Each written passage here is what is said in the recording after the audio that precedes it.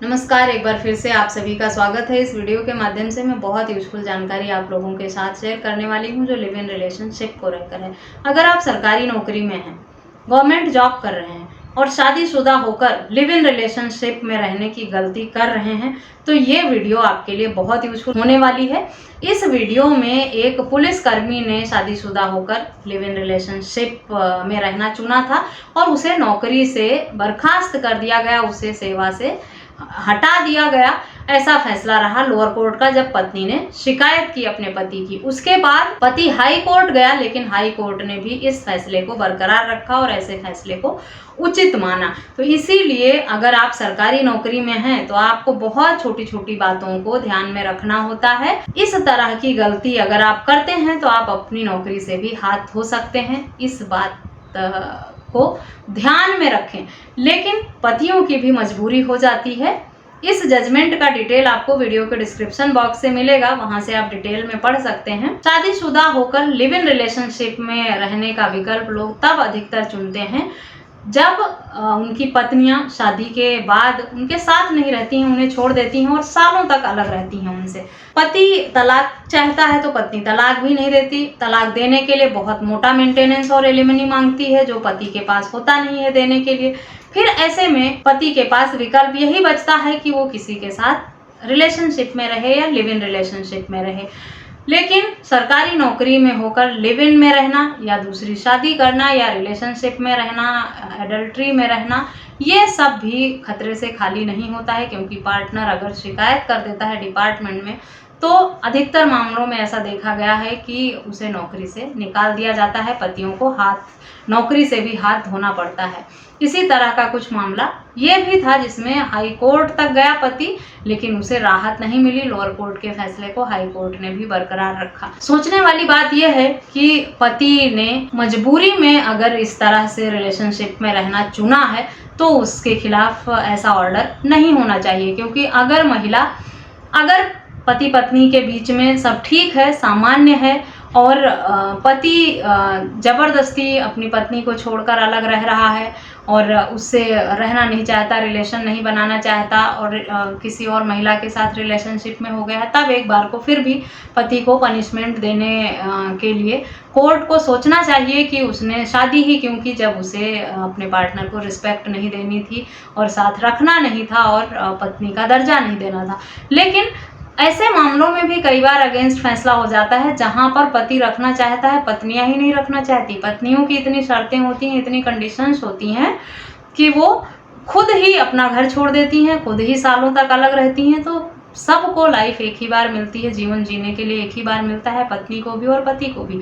अगर पत्नी मायके में जाके रहे और पति से सिर्फ भरण पोषण मांगे, मेंटेनेंस मांगती रहे कि मुझे खर्चा देते रहो, मुझे तुम्हारे साथ नहीं रहना है, और वो किसी के साथ, अपने एक्स बॉयफ्रेंड के साथ या अपने लवर के साथ या शादी से पहले जिसके साथ उसका रिलेशनशिप था उसके साथ अपनी लाइफ एंजॉय करे और रहे और अपना जीवन खुशी खुशी बिताए, तो ऐसे में पति को भी अपना जीवन जीने का हक अधिकार है। वो भी रिश्ते में रह सकता है किसी के साथ, सिर्फ शादी कर लिया है उसने, इसीलिए ये इस तरह की उसको सजा देना कि वो किसी के साथ रिलेशनशिप में नहीं रह सकता या अपनी लाइफ में आगे नहीं बढ़ सकता, वो भी ऐसे रिश्ते में फंसकर जो ना उसके साथ रह रही हो ना उसे तलाक दे रही हो। ये कहाँ तक सही है, इस जजमेंट को आप लोग पढ़िए, समझिए और फिर मुझे कमेंट करके बताइए कि आपको इस तरह का कोर्ट का फैसला कैसा लगा।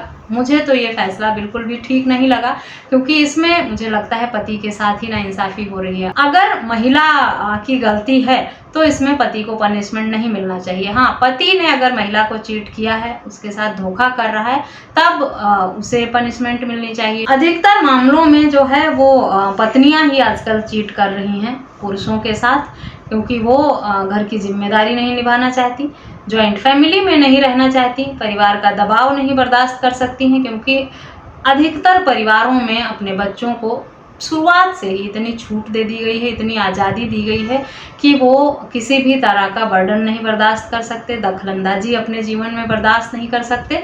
और फिर उनकी शादी जब किसी जॉइंट फैमिली में हो जाती है तो वहाँ पे परिवार की दखलंदाजी तो रहती है। अगर बड़े लोग घर के रहेंगे साथ में तो वो इंटरफेयर ज़रूर करेंगे, ऐसा नहीं करना है, ये नहीं करना है, यहाँ नहीं जाना है, उनसे बात नहीं करनी है, ये सब चीज़ें होती ही हैं।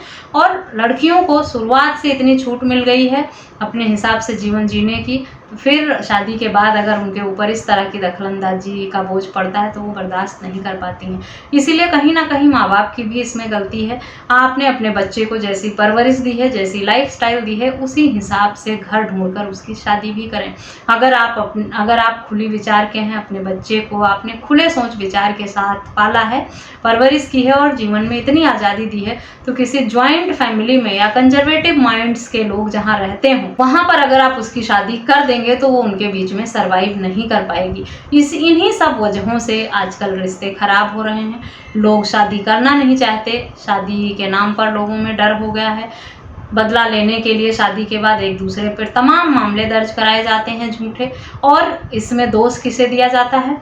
पुलिस का दोष है, कोर्ट का दोष है, वकीलों का दोष है। मेरी कितनी वीडियोज़ पर लोग कमेंट करके कहते हैं कि काले कोर्ट वालों ने सबका घर उजाड़ रखा है, सबका तलाक करवा रहे हैं, कोर्ट नहीं समझती है मैटर को। आप लोगों का व्यक्तिगत मामला है ये, पति पत्नी का और परिवार का जो है, उसे कोर्ट और पुलिस तक आप लोग पहुंचाते ही क्यों हैं? मैं आप लोगों से ये सवाल पूछती हूँ। अगर आप अपने व्यक्तिगत जीवन को, अपने पारिवारिक जीवन को सुलझाने के लिए किसी तीसरे की मदद लेंगे, कानून की मदद लेंगे, पुलिस की मदद लेंगे या एडवोकेट की हेल्प लेंगे, तो वो सब लोग तो अपना काम कर रहे हैं।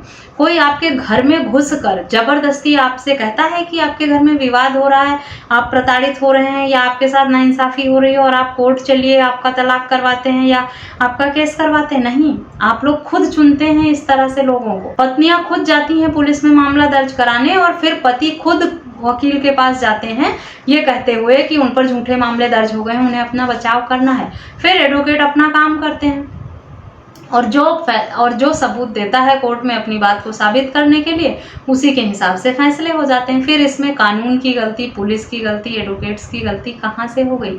कहीं ना कहीं गलती तो आप लोगों की है कि आपको अपना जीवन जीना नहीं आता है, बैलेंस करना नहीं आता है रिश्तों को, और आप परिवार के बीच में कैसे रहना है कोऑपरेट करके, ये सब चीज़ें भूलते जा रहे हैं, जिस वजह से, और सिर्फ अपने बारे में सोच रहे हैं, अपनी खुशियों के बारे में सोच रहे हैं, एक दूसरे के बारे में नहीं सोचते हैं रिलेशनशिप में। इसी वजह से विवाद उत्पन्न होते हैं और फिर बदला लेने की भावना से इस तरह के झूठे मामले दर्ज कराए जाते हैं। इसमें किसी बाहरी व्यक्ति की कोई गलती नहीं है। आप पति पत्नी खुद जिम्मेदार हैं अपने रिश्ते को उलझाने, सुलझाने, बिगाड़ने और तलाक तक ले जाने के लिए। इसीलिए दूसरों को दोष देना बंद करें, अपनी कमियों को देखें, अपनी गलतियों को देखें और उन पर काम करें, ताकि ऐसी नौबत ही ना आए कि मामला कोर्ट या पुलिस या वकील तक पहुंचे और आप दूसरों पर दोष मढ़ें कि उनकी वजह से रिश्ता टूटा या उन्होंने घर तोड़वा दिया या किनकी वजह से डाइवोर्स हो रहा है।